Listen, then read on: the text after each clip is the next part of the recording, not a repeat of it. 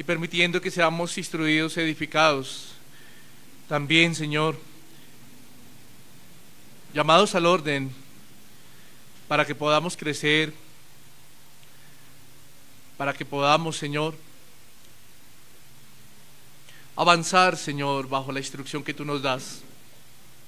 Ayúdanos como iglesia a atesorar todo lo que proviene de ti, de tu palabra, y a poner por obra, Señor, a meditar y poner por obra lo que la Escritura nos enseña, lo que vemos a través de las vivencias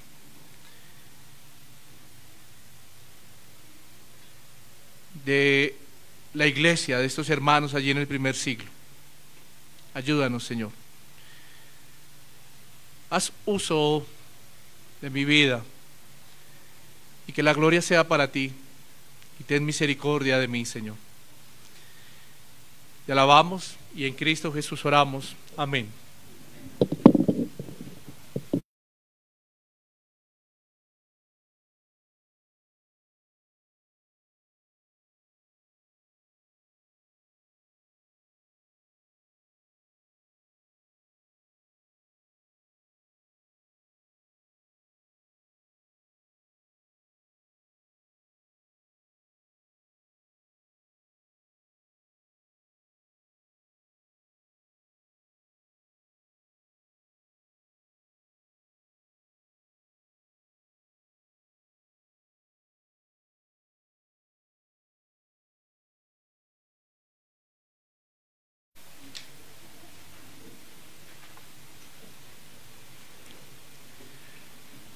Ya casi vamos a combinar con el libro de Hechos.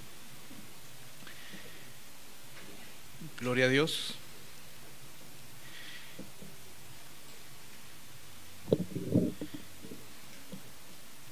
Pablo está ante Félix, gobernador de Judea hasta ese entonces. Recordemos algo, y es lo que venimos viendo para poder entrar en este capítulo 24, entrar en materia y en contexto. Y recordemos que el comandante Claudio, desde el versículo 22-23, capítulo, envió al apóstol Pablo a Cesarea con un primer propósito, y era el de evitar su muerte, ¿cierto? ¿Por qué? Porque cuando él llega a Jerusalén, pues se armó un tumulto, se levantaron contra Pablo y todos quisieron sacarlo del templo, los judíos de Asia que estaban allí, y atentar contra su vida, porque se había maquinado un plan para atentar contra la vida del apóstol. Ahora, ese fue el primer propósito, de que Claudio enviara a Pablo ante Félix, que era el gobernador de Judea. Pero también fue con el fin de que Pablo fuera acusado delante del gobernador por los que estaban presentando cargos en contra del apóstol, ¿cierto? Claudio envió delante del gobernador a Pablo para que los judíos que los estaban acusando, el concilio y los judíos de Asia que estaban allí en Jerusalén, recordemos que estaban en tiempo de las fiestas de la Pascua, que estos hombres fueran delante del gobernador para presentar todos los cargos que estaban levantando contra el apóstol Pablo. Es por eso que Pablo ahora está ante Félix.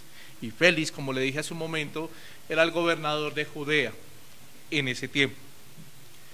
Cuando leemos este capítulo 24, y podemos revisar de nuevo su contexto y los hechos o manifestaciones que vienen ocurriendo, pareciera que hubiese pasado mucho tiempo, ¿cierto? Pareciera que hubiese pasado harto o demasiado tiempo después de que Pablo subió a Jerusalén a llevar la ofrenda, cuando viene de su último viaje misionero.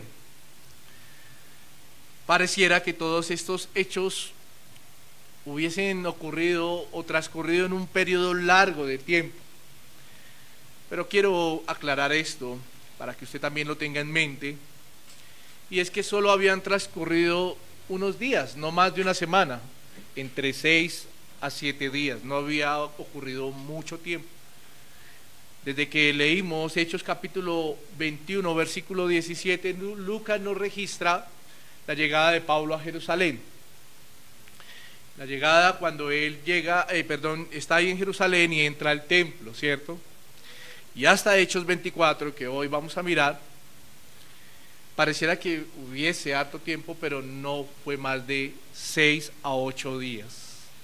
Hay algo que quiero decir antes en esta introducción, por así decirlo, y es lo siguiente: la sed del pecado del hombre por los siglos ha desatado comportamientos que evidencian lo que hay en el corazón de la humanidad sin Dios y sin ley.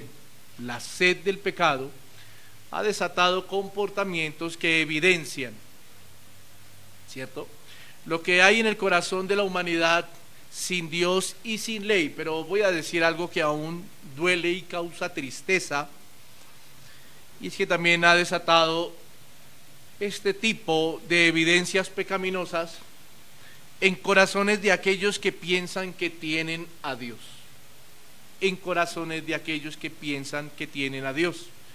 Cosas como injusticias, corrupción, trampa, afán por el dinero, testimonios falsos, comportamientos reprochables, y todo esto y muchos más cosas como evidencias pecaminosas, se han vuelto práctica de aquellos que miran las situaciones y circunstancias bajo una lupa de interés propio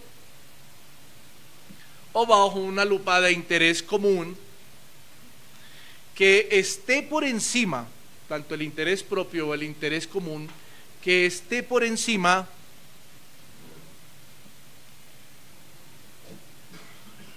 de lo que aquellos perciben como amenaza para sus creencias y o pensamientos. ¿Me hago entender? Todas estas actividades pecaminosas, por así decirlo, se han vuelto habituales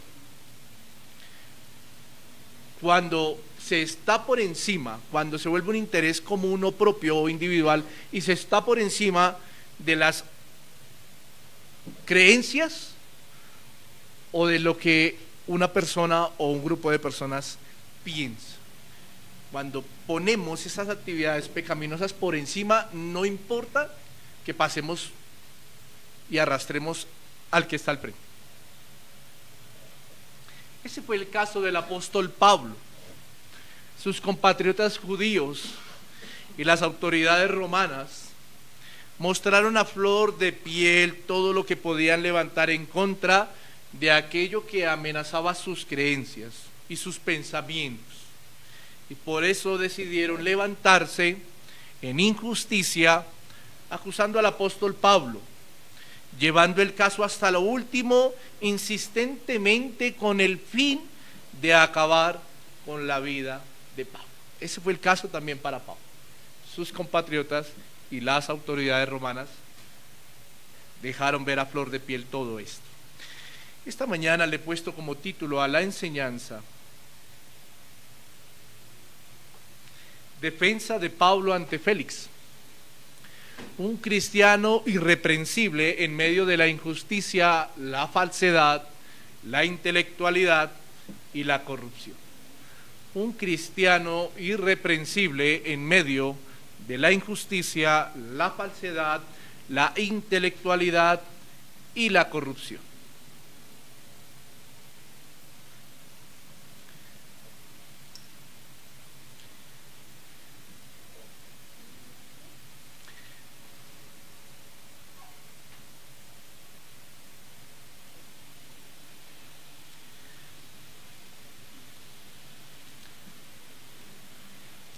En el versículo 1 del capítulo 24 vemos otro tipo de plan que se fraguó para asegurar una condena en contra de Pablo. Quiero que lo miremos y vamos a leer otra vez el versículo 1 de este capítulo. Dice la Escritura: 5 días después descendió el sumo sacerdote Ananías con algunos de los ancianos y un cierto orador llamado Tértulo, y comparecieron ante el gobernador contra Pablo, dice la Escritura. Lucas Como testigo ocular y presencial, narra que a Cesarea llegó Ananías. Recordemos que Ananías, para las personas que quizá hoy nos escuchan por primera vez y de pronto no tienen el contexto, Ananías era el sumo sacerdote en Jerusalén en este momento y el representante del Sanedrín que mandó a bofetear a Pablo, ¿cierto?, cuando éste estaba presentando defensa delante del concilio. Eso ya lo vimos. Y Ananías, dice Lucas, que llega con otros ancianos, y según lo que acabamos de leer en el versículo 1. Y también dice Lucas que llega con un orador llamado Tértulo. Aquí lo interesante, y en el texto lo vemos más adelante en el versículo 18, 19 y 20, aquí lo interesante es que aquellos judíos de Asia que acusaron a Pablo cuando estaba en el templo e incitaron la revuelta en contra del apóstol, no aparecen. Nota que Lucas dice que estaba Ananías, algunos ancianos y un orador.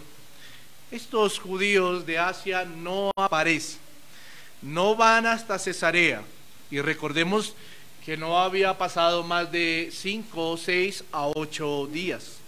Por lo tanto, es posible que estos judíos aún estuviesen en Jerusalén. El ánimo estaba caliente entre los del concilio y ellos fraguaron un plan para que la acusación en contra de Pablo cogiera mayor peso y fuera más creíble. Ellos fraguaron un plan. ¿Y cuál fue ese plan?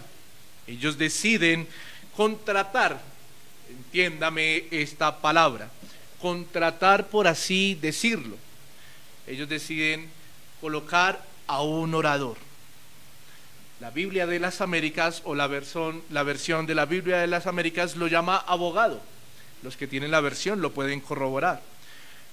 Lo llama abogado, a lo que quiere decir dos cosas principalmente. La primera es que el término orador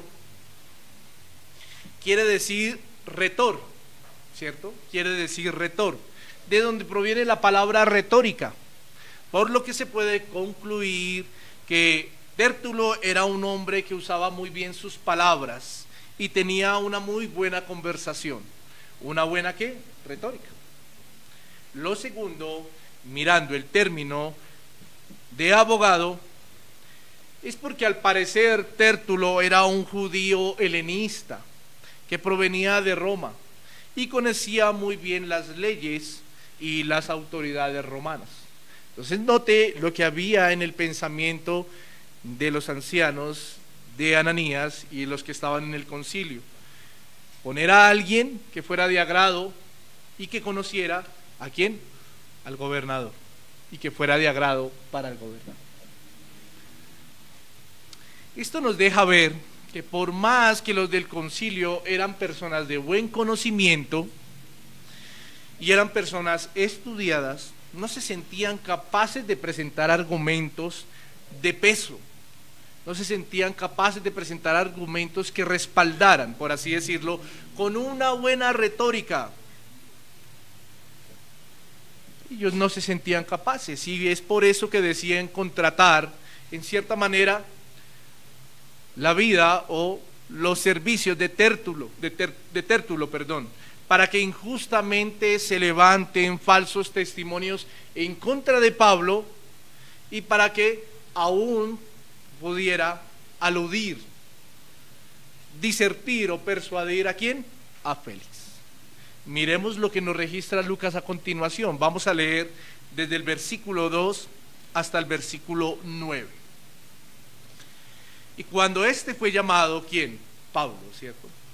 Tértulo comenzó a acusarle diciendo: como debido a ti gozamos de gran paz, y muchas cosas son bien gobernadas en el pueblo por tu prudencia, oh excelentísimo Félix, le dice Tértulo, lo recibimos en todo tiempo y en todo lugar con toda gratitud. Pero por no molestarte más largamente, te ruego que nos oigas brevemente conforme a tu equidad. Versículo 5, porque hemos hallado que este hombre es una plaga y promotor de sediciones entre todos los judíos por todo el mundo. Además, mire lo que dice Tértulo, lo trata de cabecilla de la secta de los nazarenos. Intentó también profanar el templo y prendiéndole quisimos juzgarle conforme a nuestra ley. Pero interviniendo el tribuno Licias, que es Claudio, ¿cierto?, con gran violencia le quitó de nuestras manos, mandando a sus acusadores que viniesen a ti. Tú mismo, pues, al juzgarle, podrás informarte de todas estas cosas de que le acusamos. Versículo 9. Los judíos también confirmaban, diciendo ser así todo. Era tanto el afán de ver a Pablo condenado que en la transmisión, ¿cierto?, de lo que hace Tértulo, en la transmisión de lo que hacen los del concilio a contratar a Tértulo, en cuanto a las acusaciones que hay en contra de Pablo, ¿cierto?, se suman otro par de mentiras, para así persuadir a Félix en medio de los cargos que se están presentando y que el orador debe transmitir. Pero antes de esto, quiero que miremos la artimaña que usa Tértulo cuando se presenta ante el gobernador. La artimaña que usa Tértulo cuando se presenta ante el gobernador. Le dije que habían dos mentiras más. Y antes de eso, quiero que miremos una artimaña que usa Tértulo. Esa artimaña inicialmente fue la adulación y la lisonja, por así decirlo. Adulación y lisonja. Quiero que podamos recordar qué significan estos términos. Y esto significa que es una alabanza interesada con el propósito de halagar a otro y también con el fin de ganarse su voluntad para fines interesados, ¿cierto? Esto fue lo primero que usó el orador. Un acercamiento al gobernador, a Félix, alabándole con el fin de buscar el propósito deseado. ¿Cuál era? Condenar a Pablo, atentar contra la vida de Pablo. En los versículos 2, la parte B, hasta el 4, vemos cómo Tértulo usa palabras de adulación para con Félix. Lucas nos describe que según las palabras del abogado, del orador, los judíos gozaban de un excelente gobierno allí en Jerusalén, según lo que decía Tértulo.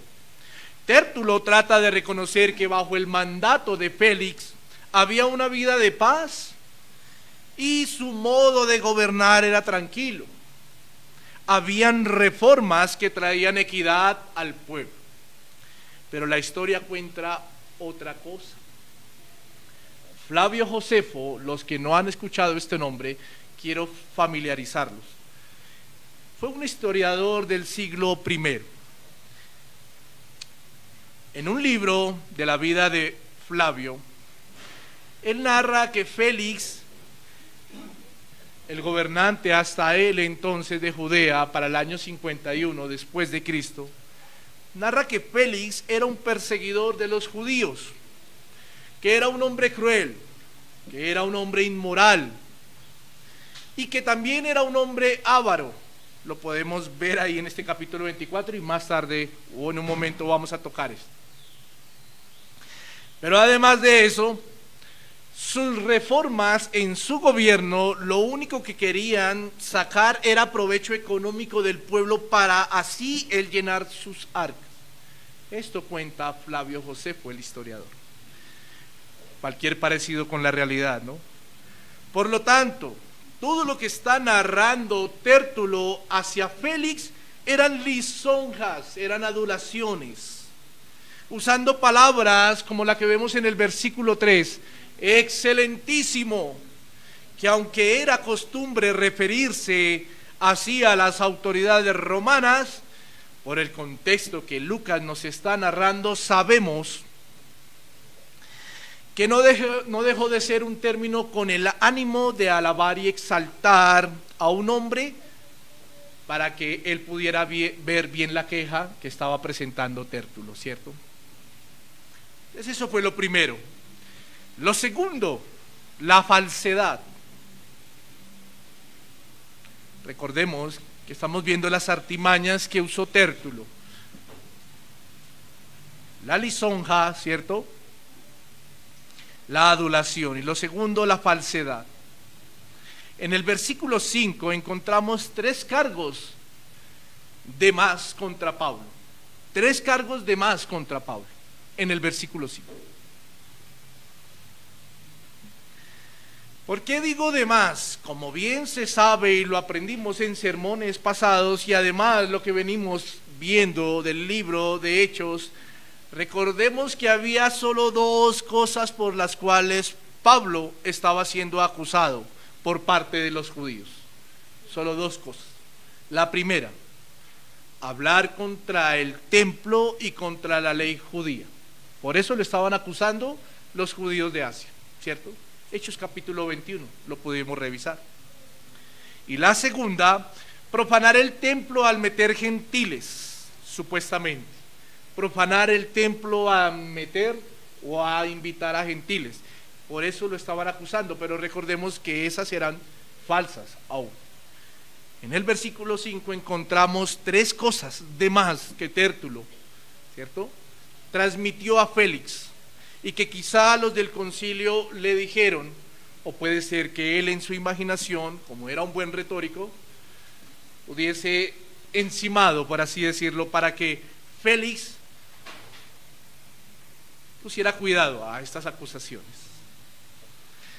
Aquí vemos que la situación empieza a tomar otro rumbo en cuanto a las acusaciones. Y vuelvo y le digo, salen 3 más tratando a Pablo primero de plaga, segundo de divisor y después de cabecilla de una secta. 3 acusaciones más: plaga, divisor y cabecilla de una secta. Hasta el punto, o hasta tal punto llegaron los del concilio, los ancianos, que al preparar la locución de Tértulo lograron disuadir con mentiras para que él mismo, Tértulo, transmitiera al gobernador tal situación. O como le dije hace un momento, o pudo haber sido que Tértulo, ¿cierto?, en su elocuencia, inventó ante Félix estos argumentos basados en lo que había escuchado. Pero todo tenía un propósito. ¿Cuál? Condenar a Pablo. Siguiente artimaña: testigos falsos. Ya existían para ese entonces los testigos falsos. Note que no es solo de ahora. Hay algo que deja ver Lucas, y es en el versículo 9, que según la locución de Tértulo transmite a Félix, y es que ponía como testigos de toda esta falsedad a los ancianos y a Ananías el sacerdote. Ellos se amangualaron, ellos fueron partícipes de tal juzgamiento mentiroso. Ellos, conociendo la ley, los ancianos, los que fueron a Cesarea, el mismo Ananías, conociendo la ley, la asaltaron, la pasaron por encima. Se les olvidó lo que dice el Señor en la Escritura y que ellos recitaban cada día de reposo, el 9º mandamiento, que la ley del Señor había hablado al pueblo en el Sinaí. ¿Qué dice el 9º mandamiento? Éxodo 20, capítulo 20, versículo 16, dice: no hablarás contra tu prójimo falso testigo. Ellos estaban faltando a la ley, los que se jactaban, ¿cierto?, de guardarla, la estaban traspasando. Eso me recuerda cuando a Jesús lo iban a crucificar, que los judíos ortodoxos se amangualaron e incitaron al pueblo para pedir que liberación. ¿Por quién? Por Barrabás y la crucifixión de Jesús.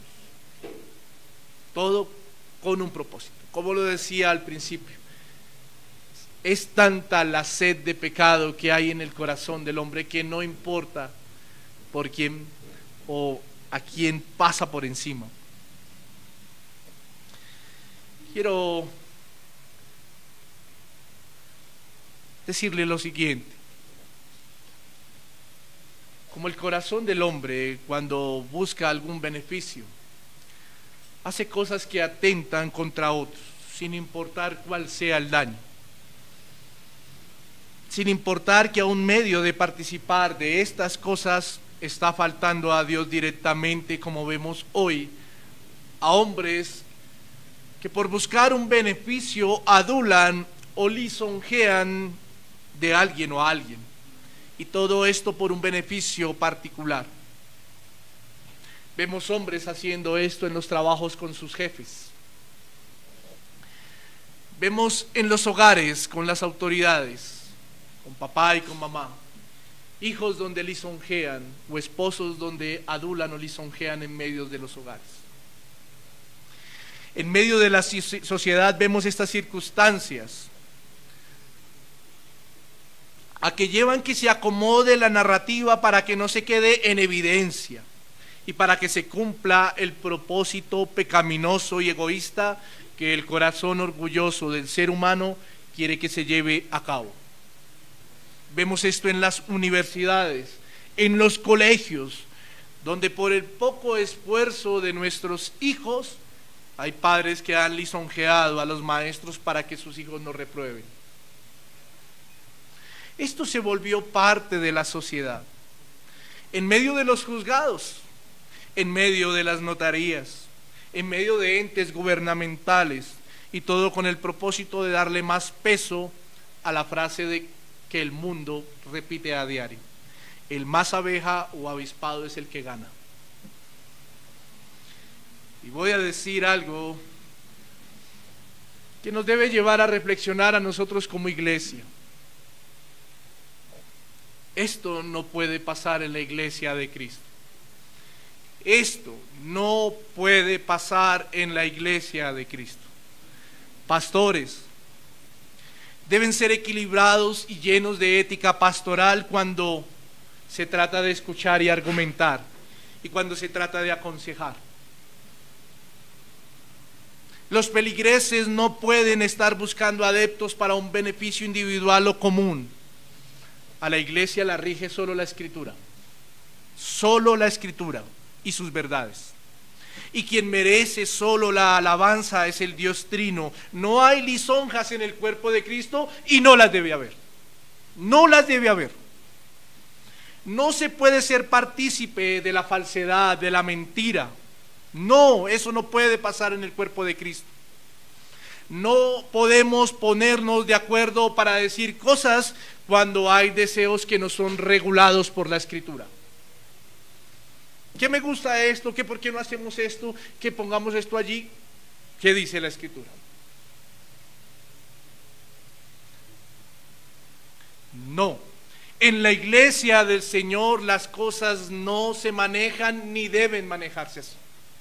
No puede haber testigos falsos, porque si aún en el peor de los casos, voy a poner un ejemplo, una pareja de esposos, tanto el uno como el otro sabiendo la verdad, pero se amangualan para que su pareja no quede en vergüenza o no se ofusque, nos volvamos testigos falsos. Estaríamos atentando contra el Señor, sin importar que sea mi esposo o mi esposa. Estaríamos atentando contra el Señor. Así mi esposo o mi esposa estén haciendo las cosas mal y yo me amangualo, estaría siendo partícipe de eso indirectamente cuando callo. Sería igual a un pecador, o sería igual a él como pecador, porque no le estoy reconviniendo como enseña la Escritura. Mi hermano, mi hermana, en la iglesia de Cristo no puede haber lisonjas, no puede haber adulaciones, no podemos convertirnos en testigos falsos, ni tampoco debe haber falsedad. No. así su pastor sea el más dulce, el más tierno, el más amable, el más bonachón, no puede haber el pensamiento de qué pesar con él cuando esté haciendo algo mal, porque seríamos partícipes de su pecado. No. La iglesia de Cristo debe estar regida. Óigame bien, la iglesia de Cristo debe estar regida por la verdad y nada más que la verdad. Nada de lisonjas, nada de adeptos, nada de adulaciones, nada de falsedades, nada de amangualarse, porque nuestro deber primero es para con Dios. Primero es para con Dios. Mi obediencia primero es para con Dios y no para los hombres. Bajo esto que acabamos de decir y bajo esto que vimos en los primeros 9 versículos, vendría la siguiente pregunta: ¿cómo debe actuar un verdadero hijo de Dios en medio de estas circunstancias? ¿De cuáles? De las artimañas. ¿De cuáles? De las adulaciones. ¿De cuáles? De las lisonjas, de las falsedades, de los testigos falsos. ¿Cómo debe actuar un verdadero hijo de Dios en medio de estas circunstancias? Lucas narra las palabras que emitió el apóstol Pablo en su defensa desde el versículo 10 hasta el versículo 21. Pero quiero comenzar concentrándome en el versículo 16 para poder argumentar lo que estamos haciendo y lo que debe tener como características un verdadero hijo de Dios en medio de estas circunstancias. ¿Qué dice el versículo 16 del capítulo 4? Y por esto decía el apóstol Pablo, ¿a quién? A Félix y a los que estaban alrededor. Y por esto procuro tener siempre una conciencia sin ofensa ante Dios y ante los hombres. Cuando Pablo usa la palabra conciencia sin ofensa, hace referencia a una conciencia limpia, y creo que hace poco tuvimos una enseñanza sobre una buena o una limpia conciencia, ¿cierto? Hace referencia, cuando Pablo hace uso de esta frase, hace referencia a una conciencia irreprensible. Por lo tanto, ¿qué quiere transmitir el apóstol Pablo? Lo que quiere tratar de dejar es que se trata de tener, o un hijo de Dios debe tratar de tener un comportamiento sin tacha, irreprochable, impecable, sin fingimiento, sin mentira. Y esta debe ser la respuesta a la pregunta que acabamos de hacer. ¿Cómo debería comportarse un hijo de Dios en medio de estas circunstancias? Así debe tratar de actuar un hijo de Dios. Note que Pablo en el versículo 16 dice, y por esto procuro. Entendía la responsabilidad que recaía sobre él. Y por esto procuro tener siempre una conciencia sin ofensa ante Dios y ante los hombres. Un hijo de Dios debe tratar de actuar de esta manera. En medio de un mundo donde se viven injusticias y falsedades, en medio de un mundo donde vivimos o compartimos con gente que practica a diario pecados, vuelvo y digo, a diario pecados que atentan. Un hijo de Dios debe tratar de vivir una vida de manera irreprensible e irreprochable.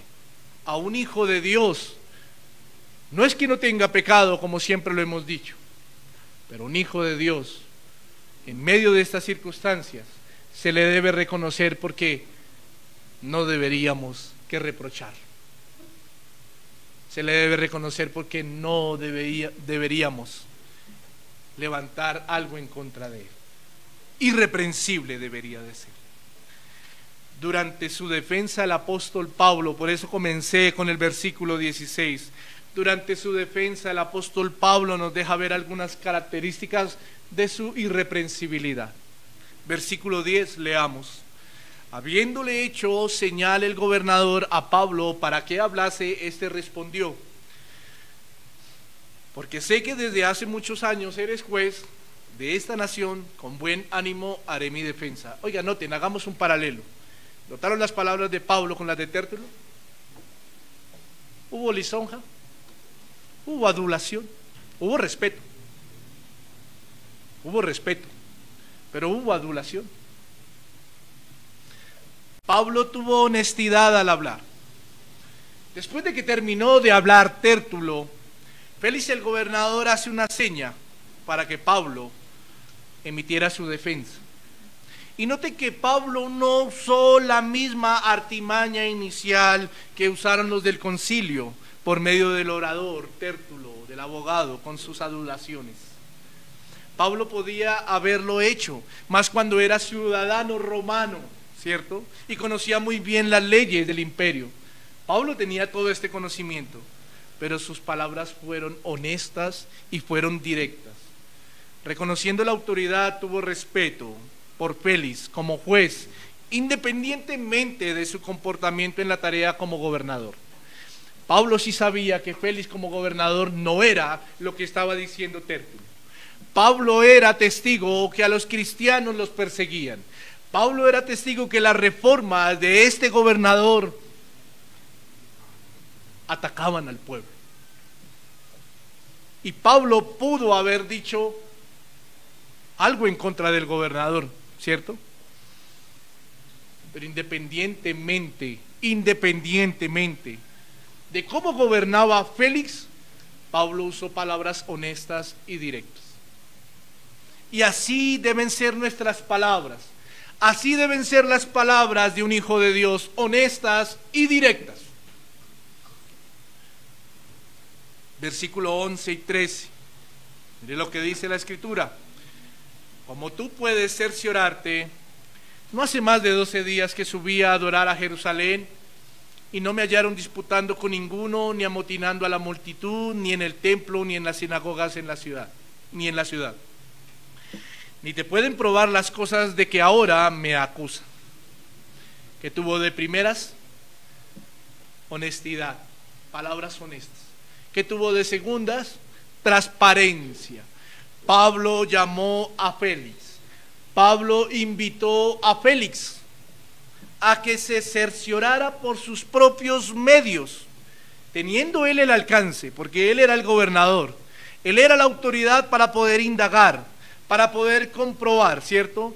Pablo lo llama a que él pudiera comprobar todo lo que se estaba levantando en su contra. Tuvo transparencia Pablo.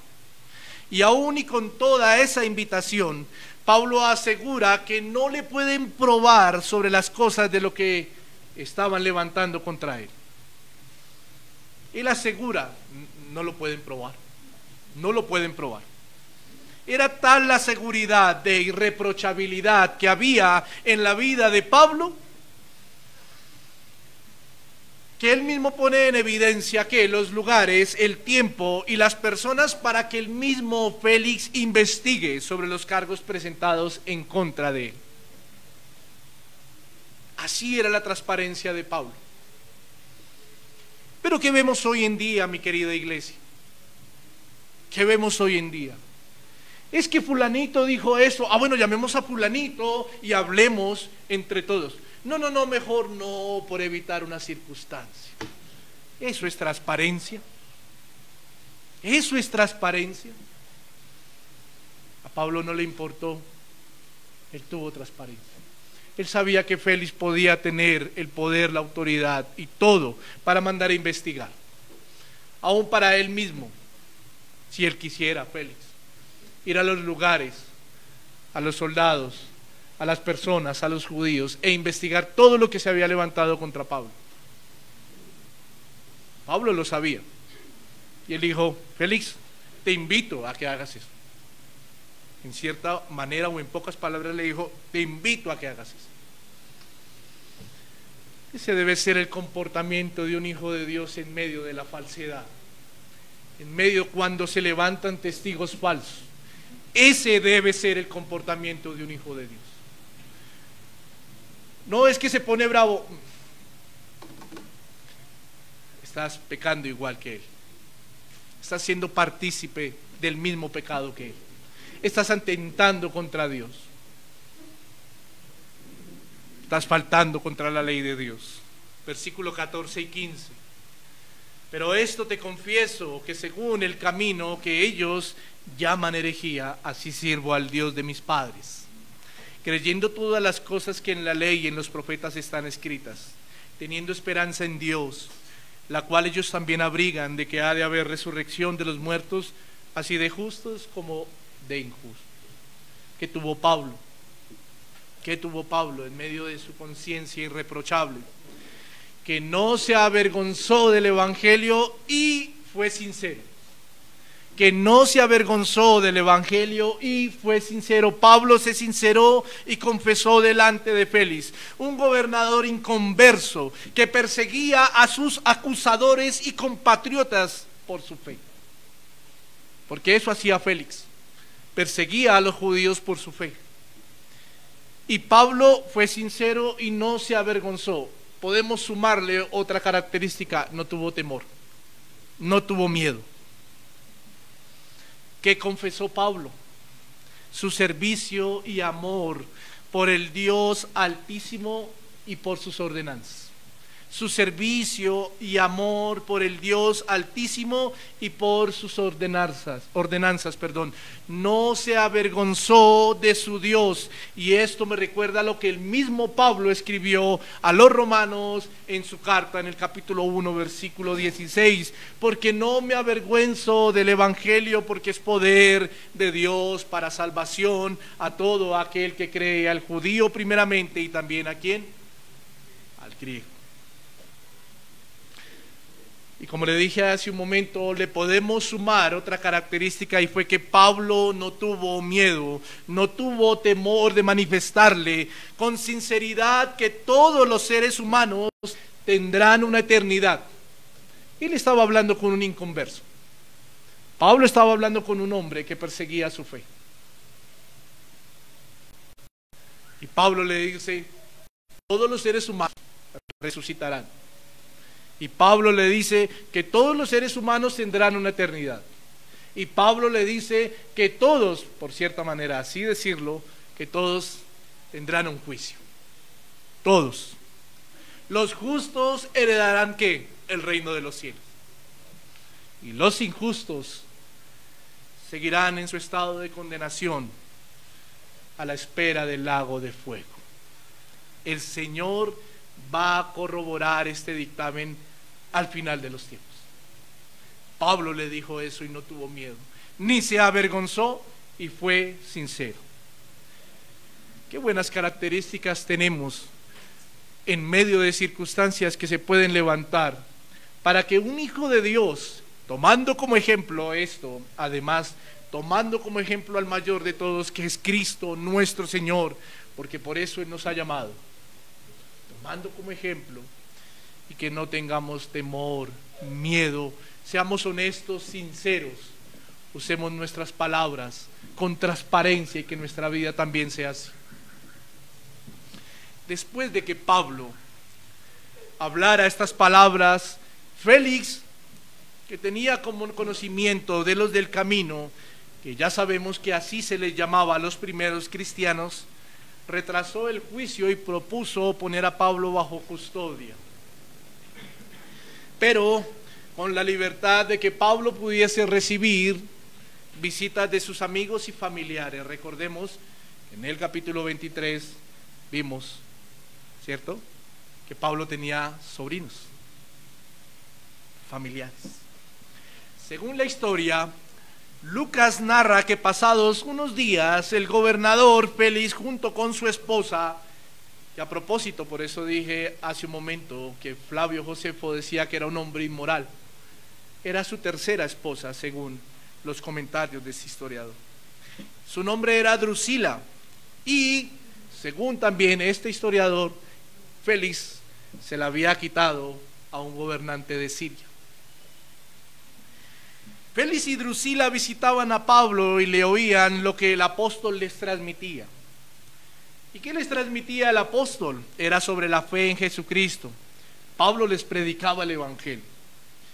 Y aquí podemos ver en los versículos 24 y 26 otro problema más que se presenta en la vida del ser humano y que se presentó en la vida de Pablo. ¿Cuál fue? Primero hablamos de la falsedad y primero hablamos ¿de qué? ¿De cuál? La injusticia. Ahora se presentaron otras dos circunstancias que muy a menudo, ¿cierto? Muy a menudo se ven hoy en día. ¿Cuáles fueron? El intelectualismo y la corrupción. El intelectualismo y la corrupción. Vamos a leer del versículo 24 al 26. Note, algunos días después, viniendo Félix con Drusila, su mujer, que era judía, llamó a Pablo y le oyó acerca de la fe en Jesucristo. Pero al disertar Pablo acerca de la justicia, del dominio propio y del juicio venidero, Félix se espantó y dijo: ahora vete, pero cuando tenga oportunidad te llamaré. Versículo 26. Esperaba también con esto que Pablo le diera dinero para que le soltase, por lo cual muchas veces lo hacía venir y hablaba con él. ¿Sí puede ver ahí estas dos circunstancias? ¿Sí puede ver el intelectualismo y la corrupción en la vida de Félix y de su esposa? ¿Por qué iba Félix inicialmente a donde Pablo? ¿Por qué iba? Porque él estaba esperando que Pablo le diera ¿qué? Dinero. Algo que podríamos llamar como una ¿qué? Fianza. Dinero para que Pablo quedara libre. Pero ya vimos unas características de lo que un corazón irreprensible debe tener: honestidad, transparencia, sinceridad. Lógico, y sabemos usted y yo, y la historia de igual quedó así. Pablo no iba a hacer eso. Y un hijo de Dios no debe hacer eso. Esto me recuerda a algo que se ve muy a menudo y se ve a diario. Y voy a poner un ejemplo muy básico pero muy real. Esto me recuerda a los conductores, ¿cierto? Cuando vamos en los carros y nos para la autoridad y sabemos que hemos cometido alguna infracción,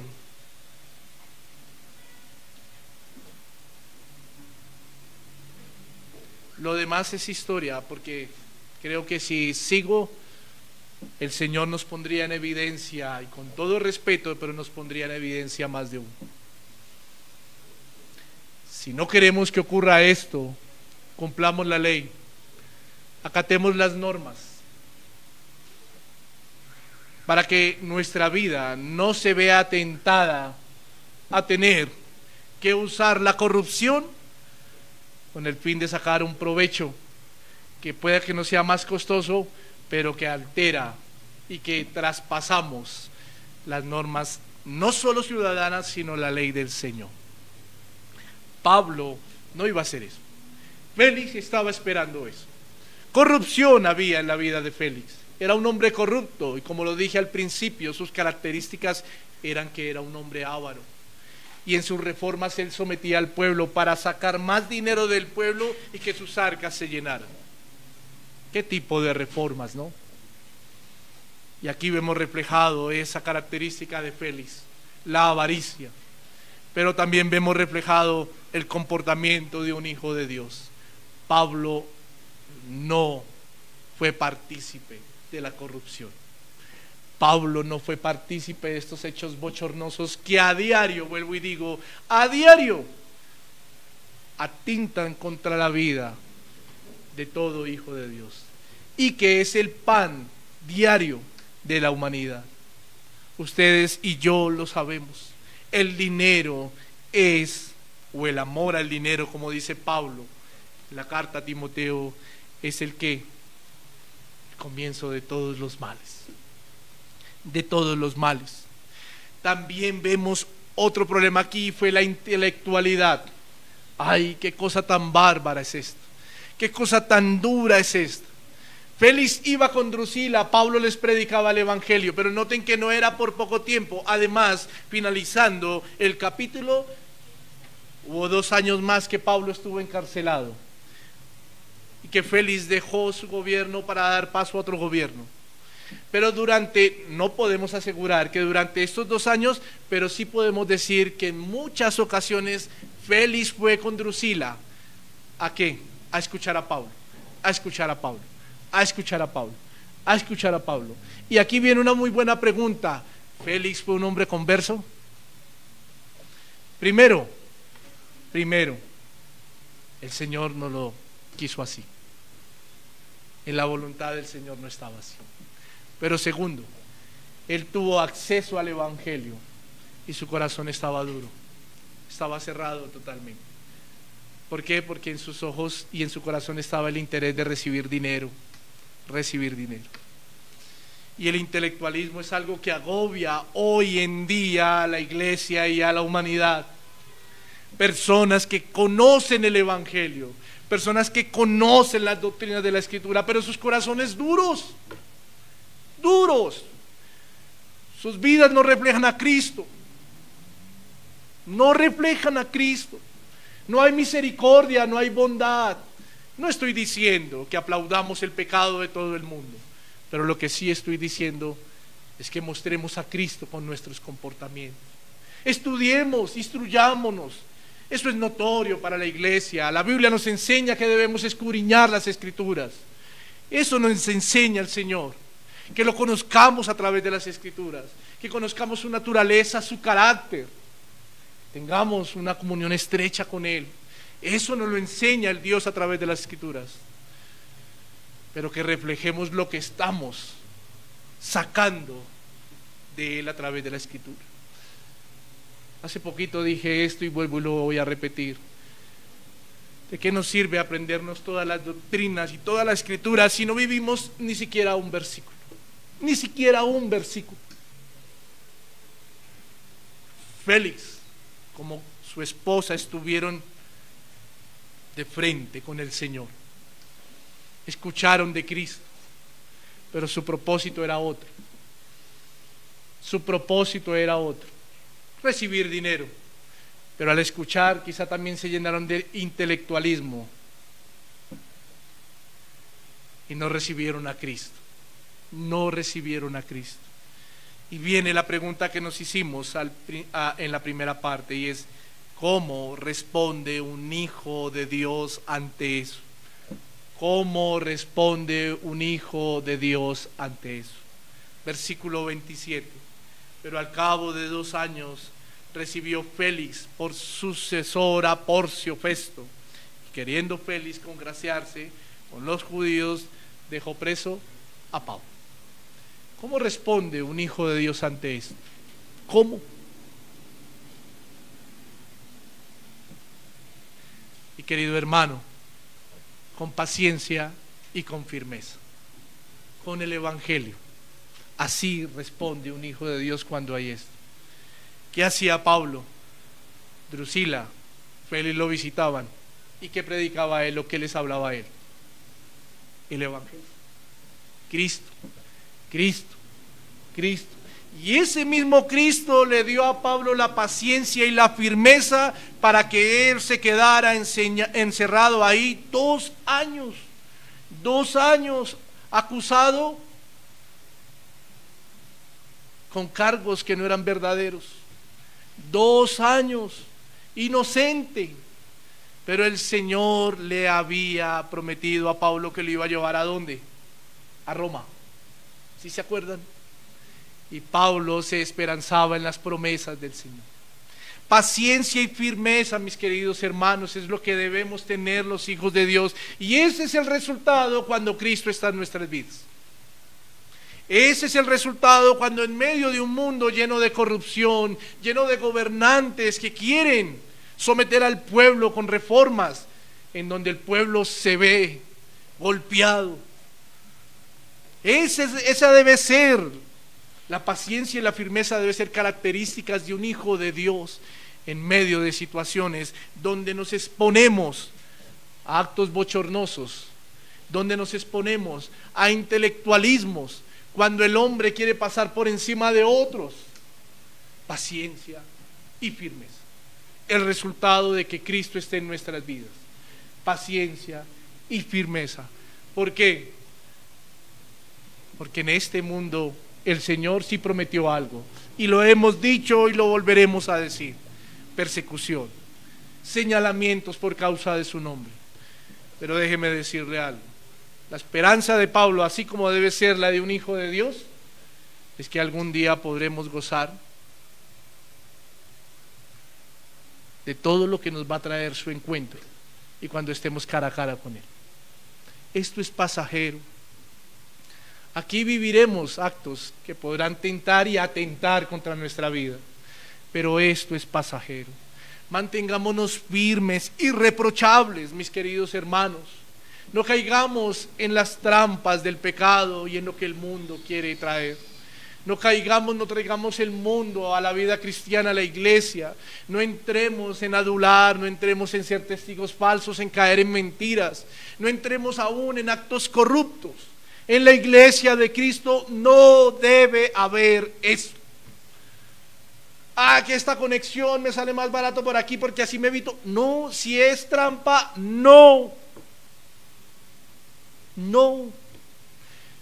Que si es de segunda, que es que me robaron el repuesto. No, es de segunda, no. No podemos caer en actos bochornosos. La iglesia de Cristo debe ser irreprochable, irreprensible.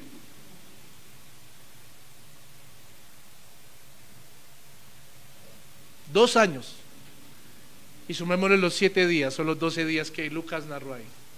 2 años, 12 días. Pablo fue paciente.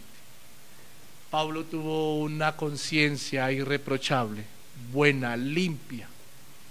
Y no se levantó. Ni cayó en las trampas del pecado. Y esto pasa en la vida de una persona cuando Cristo está en su corazón. Cuando Cristo está en su corazón. Mis queridos hermanos, que el Señor nos ayude a ser verdaderos cristianos, a ser cristianos irreprensibles, en medio